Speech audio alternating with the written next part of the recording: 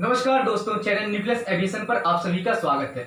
आज हम बात करेंगे जायरोस्कोपिक इंस्ट्रूमेंट के बारे में। इसमें हम लोग समझेंगे कि ऐसे कौन कौन से इंस्ट्रूमेंट हैं, ऐसे कौन कौन से इंस्ट्रूमेंट कॉकपिट में लगे होते हैं जो जायरोस्कोपिक प्रिंसिपल पर बेस्ड होते हैं, यानी जो जायरोस्कोपिक प्रिंसिपल पे काम करते हैं, जिसके अंदर जायरोस्कोप लगा होता है। अब हम पहले समझेंगे कि जो हम जायरोस्कोपिक प्रिंसिपल कह रहे हैं, जो ये जायरोस्कोपिक इंस्ट्रूमेंट कह रहे हैं, आखिर ये जायरोस्कोप है क्या चीज। आप डिफाइन तो करो कि जायरोस्कोप है क्या चीज। तो उसका डेफिनेशन, उसका एक सरल भाषा में, एक मतलब कि एक कॉमन लैंग्वेज अगर हम बात करें, एक सिंपल लैंग्वेज में, तो जायरोस्कोप को बस हम इतना डिफाइन करेंगे और सामने वाला समझ जाएगा। अगर वो जायरोस्कोप, अगर वो रोटेटरी मोशन को आप अच्छे से पढ़े होगे तो हम जायरोस्कोप को बस इतना डिफाइन करेंगे कि जायरोस्कोप कुछ नहीं, बस एक रोटेटरी क्या है, व्हील है, एक रोटरी व्हील है, या फिर यूं कहें एक स्पिनिंग डिस्क है जो किसी एक्सिस पर बहुत तेजी से रोटेट हो रही है। बस इतना सा ही डेफिनेशन है जायरोस्कोप का। अब इसके अंदर जो फिजिक्स लगेगी, जो हमने पिछले वीडियो में आपका बताया था कि फिजिक्स बिहाइंड जायरोस्कोप, उसमें हमने बताया था कि जब एक रोटर रोटेट होता है तो अपने साथ तीन तरह की चीजें कैरी करता है। पहला एंगुलर वेलोसिटी, दूसरा डायरेक्शन ऑफ रोटेशन, तीसरा एक्सिस ऑफ रोटेशन। ये तीन चीजें। अब उसमें हम लोग समझे थे कि वो क्या चीज है, वेलोसिटी क्या है, वेक्टर क्वांटिटी है। तो हम उस वेक्टर को अगर हम चेंज करते हैं तो चेंज हम कैसे करते हैं, तीन तरीके से। वहां पे क्या बताया था, या तो डायरेक्शन चेंज कर दो, या तो मैग्नीट्यूड चेंज कर दो, या फिर दोनों को एक ही साथ चेंज कर दो। ठीक, तो ये तीन चीज करके हम चेंज कर सकते हैं। ठीक है, हम वहां पे क्या किए थे, डायरेक्शन को चेंज किए थे। एक कहने का मतलब क्या, वहां पे हम एक्सिस को चेंज किए थे। उस एक्सिस को चेंज करने पे क्या फर्क पड़ा, क्या उसमें चेंजिंग आई, ये सारा बात हम पिछले वीडियो में देखे हुए हैं। जैसा कि आपको थोड़ा सा रिमाइंड कर दें कि हमने क्या देखा था कि एक्सिस, जैसे कि ये आपका है रोटर है, ठीक है, ये एक्सिस है, हम इधर से देख रहे हैं और ये रोटर रोटेट हो रहा है, इस डायरेक्शन में हो रहा है। अब हम इसमें बात किए थे कि ये ओमेगा वेलोसिटी है, इसकी मान लेते हैं एंगुलर वेलोसिटी। ठीक है, और ये हम लोग वहां पे एक रूल से निकाले थे जिसका नाम है राइट हैंड स्क्रू रूल। वहां से हम लोग डायरेक्शन निकाल रहे थे कि किस डायरेक्शन में एक्सिस होगी। तो हम क्या किए थे, वहां पे बताए थे आपको राइट हैंड को कर्ल करना है, राइट हैंड को मोड़ना है, और जिधर अंगूठा आएगा, जिधर आपका थंब आएगा, वो डायरेक्शन होगा एक्सिस का। तो वहां पे ये देखिए, ये इधर से डायरेक्ट ये ऐसे रोटेट हो रही है, तो हम इसको ऐसे मोड़ेंगे तो ये अंगूठा उधर जाएगा। तो इसका मतलब क्या है, एक्सिस आपका उस साइड है। ठीक है, एक्सिस उस साइड है। अब वहां पे हम लोग बात की थी, अगर हम इस एक्सिस को थोड़ा सा टिल्ट, थोड़ा सा रोटेट कर दे, मींस एक्सिस को हम चेंज कर दे, मान लेते हैं यहाँ पे theta angle, D theta angle, छोटी चेंज हुई है डी थीटा।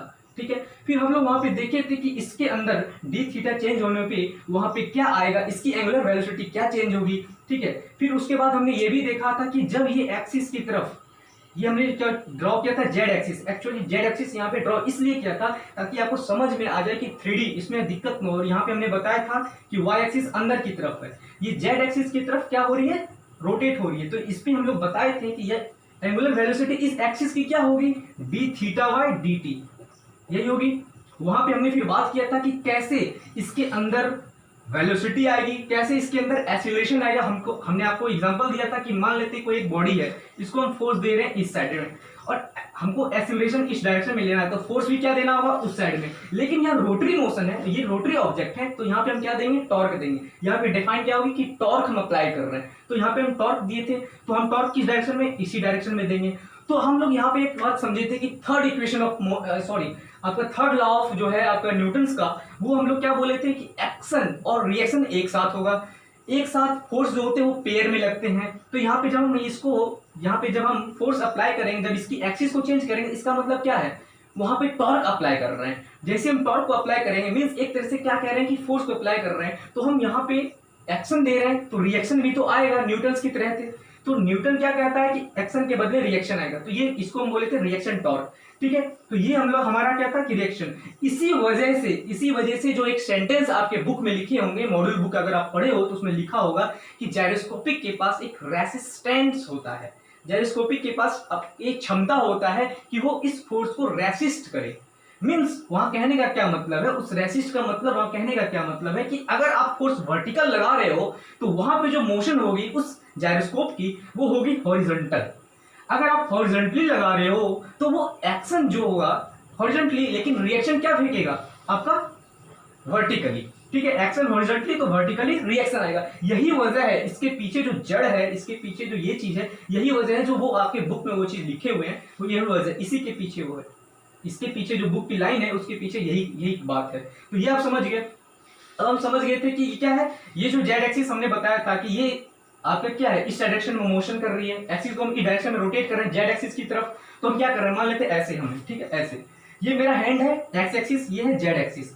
हम इस यहाँ पे क्या हो रहा है, एक रोटेट हो रही है, ठीक है, एक रोटर यहाँ पे लगा हुआ है, ये हैंड को हम क्या कर रहे हैं, ऐसे ले रहे हैं, यानी कि जेड एक्सिस की तरफ ला रहे हैं। तो जिस एक्सिस में जाएगा, जिस एक्सिस की तरफ वो जाएगा, ये मेरा हैंड, इस रोटर वाले हैंड, रोटर चेंज नहीं होगी, यहाँ पे याद रखिएगा, ये रोटर जो है ये चेंज नहीं होगा, ये रोटर उस वक्त भी इसी पोजीशन में घूमता रहेगा, लेकिन एक्सिस यहाँ पे चेंज हो रही है, डायरेक्शन चेंज हो रही है, ठीक है। तो हम जैसे ही हाथ इधर लाएंगे, इस जेड एक्सिस की तरफ हाथ ले जाएंगे, तो यहाँ पे क्या होगा, इसकी जो अपनी होगी, क्या होगी, अपनी जो एंगुलर वेलोसिटी है वो डी थीटा बाय dt वो होगी। अब हम उसको डिफाइन करेंगे कि ये जो एक्सिस चेंज होकर यहां गई है, ये एक्सिस किसकी तरफ, जेड एक्सिस की तरफ जा रही है, जिधर वो जाएगी उसे हम कहते हैं, क्या कहते हैं, जाइरोस्कोपिक प्रोसीजन कहते हैं। क्या कहते हैं, जाइरोस्कोपिक प्रोसीजन कहते हैं, PROCESSION, ठीक है, इसे हम क्या कहते हैं, जाइरोस्कोपिक प्रोसीजन।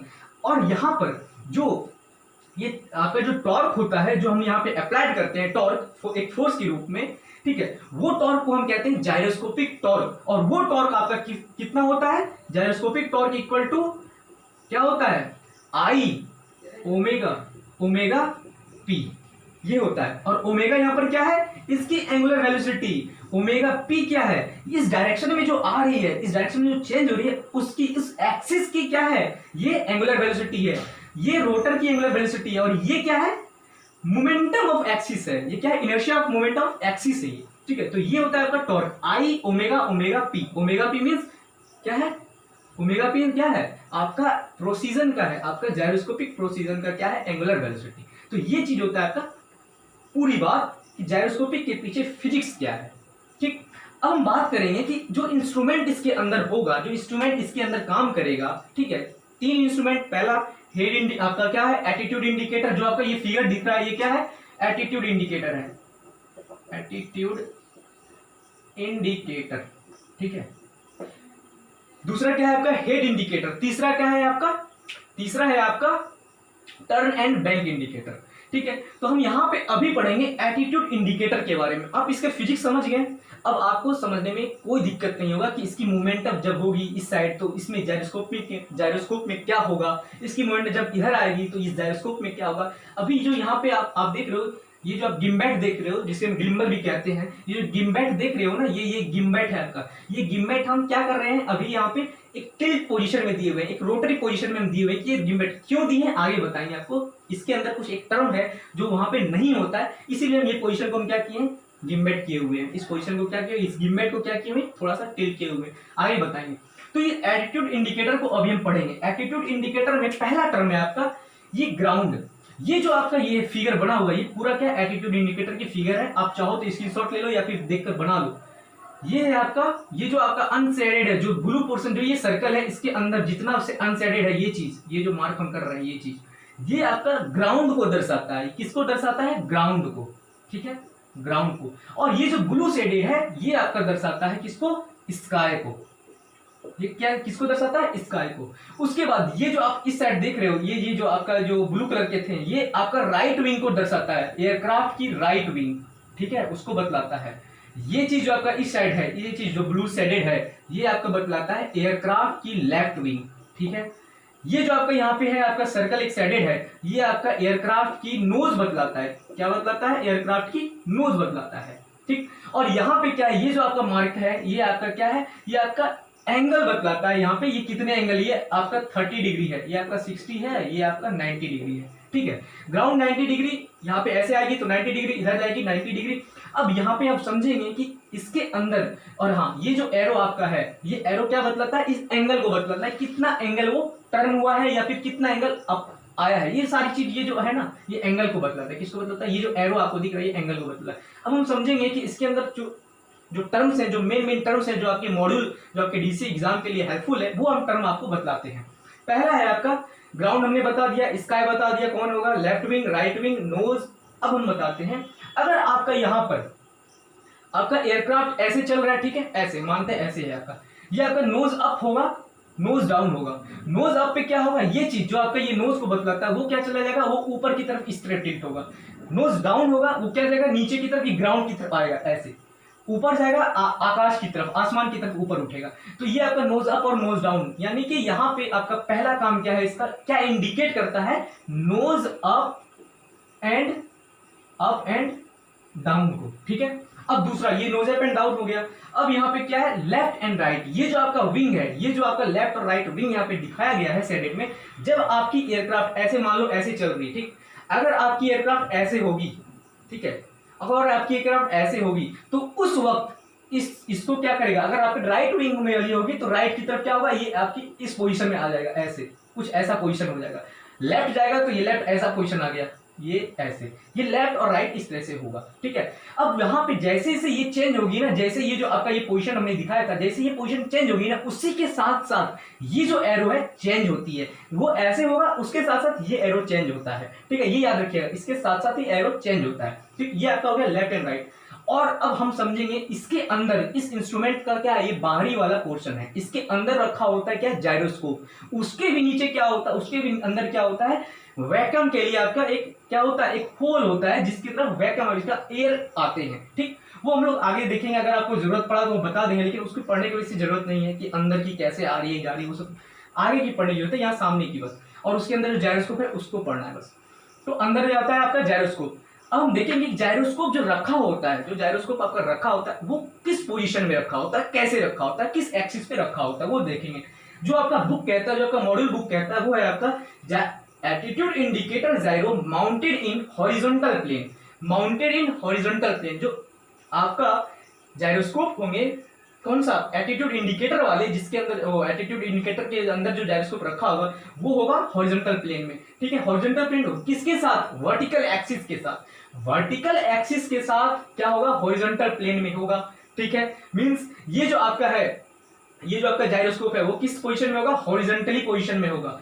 मींस यहाँ पे अभी हम इसलिए दिखाए ना, आपको आगे दिखाएंगे कि इसके अंदर क्या नहीं होगा, जो इसके कारण जो आपका ये दिखाया गया है गिम्बेट, वो क्यों दिखाया गया है, ये आप पहले समझ लीजिए कि ये क्या होगा, जायरोस्कोप, पहला जायरोस्कोप हॉरिजॉन्टल पोजीशन में होगा, ठीक है। एटीट्यूड इंडिकेटर में जायरोस्कोप हॉरिजॉन्टल पोजीशन में होगा, ठीक है, किसके साथ, वर्टिकल एक्सिस के साथ। स्पिन एक्सिस वर्टिकल, ठीक है, spin axis vertical related to earth surface, related to earth, spin axis vertical related to earth. जो स्पिन एक्सिस होगी इसकी स्पिन एक्सिस आप बताइए क्या है, ये है आपकी स्पिन एक्सिस, ये है आपकी स्पिन एक्सिस, ठीक है।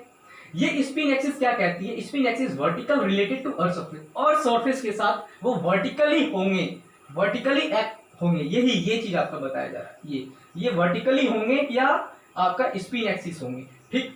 अब हम इसमें समझेंगे कि आपका ये जो जायरोस्कोप है आखिर इसमें क्या क्या है, ठीक है। तो ये आपका ये जो आपका ये सर्कल प्लेट दिख रहा है, ये आपका क्या है, रोटर है, यही रोटेट होता है अपनी पोजीशन पे, अपनी पोजीशन बहुत तेजी से यही रोटेट होता है।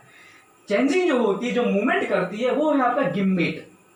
गिम्बेट क्या होती है, पोजीशन को चेंज करती है, ठीक है, ऐसे वैसे ऊपर नीचे ऐसे चेंज करती है, ये होता है आपका गिम्बेट, ठीक। उसके बाद ये आपका गिम्बेट हो गया, ये आपका जायरो फ्रेम कहते हैं, इसको क्या कहते हैं, जायरोस्कोपिक फ्रेम, जायरोस्कोप क्या फ्रेम बोल दो या जायरो फ्रेम कर दो, जायरो फ्रेम कहते हैं। ये आपका एक्सिस हो गया, ये आपका गिम्बेट हो गया, ये आपका रोटर हो गया, ये चार होते हैं इसके डायग्राम में, लेवलिंग करें तो चार चीज होते हैं, ठीक। अब हम समझेंगे कि ये जो आपका ऊपर गया और नीचे आया, ऊपर कितना जा सकता है, ऊपर कितना जा सकता है, +85 से लेकर -85 डिग्री। ये आपको बुक में शायद नहीं मिलेगा, शायद नहीं मिलेगा। 85 डिग्री से ऊपर और नीचे जा सकता है, ऊपर नीचे तो बता दिए, और ऐसे कितना जा सकता है, ऐसे जा सकता है आपका 360 डिग्री पूरा, ठीक। ये आपका इंपॉर्टेंट पॉइंट है, ये आपका डीसीए सवाल पूछा हुआ है, डीसीए ने सवाल इस पर पूछा हुआ है, किस पे, इस चीज पे 85 वाले पे सवाल पूछा था, ठीक है। तो इसको याद रखिएगा। तो ये पूरा कहानी था आपका एटीट्यूड इंडिकेटर के बारे में। अब हम आगे पढ़ेंगे जो दूसरा इंस्ट्रूमेंट होता है, वो जो इंस्ट्रूमेंट होगा क्या होगा, हेड इंडिकेटर। हेड इंडिकेटर के बारे में आगे पढ़ेंगे, ठीक है। हम लोग अच्छे से पढ़ेंगे हेड इंडिकेटर, उसके बाद पढ़ेंगे, हो सकता है अगर वीडियो अगर छोटा होगा तो उसी के साथ हम कर देंगे आपका टर्न एंड बैंक इंडिकेटर, साथ में पढ़ा देंगे। तो ये आपका नेक्स्ट टॉपिक वैसे आपका हेड इंडिकेटर रहा, मॉड्यूल 5, मॉड्यूल 15, मॉड्यूल 11, 13 का आपका, ये मॉड्यूल 16 का ये टॉपिक से, ये टॉपिक आपका क्या था, जायरोस्कोपिक इंस्ट्रूमेंट। तो ऐसे ही वीडियो को देखने के लिए, ऐसी जानकारी लेने के लिए आप हमारे चैनल को जरूर सब्सक्राइब कीजिए, ताकि हर वीडियो की अपडेट आप तक जरूर पहुंचती रहे। और इससे हमारा भी मनोबल बढ़े कि मैं और भी आगे वीडियो आप लोगों के लिए बनाता रहूं free of cost. Thank you for watching my video.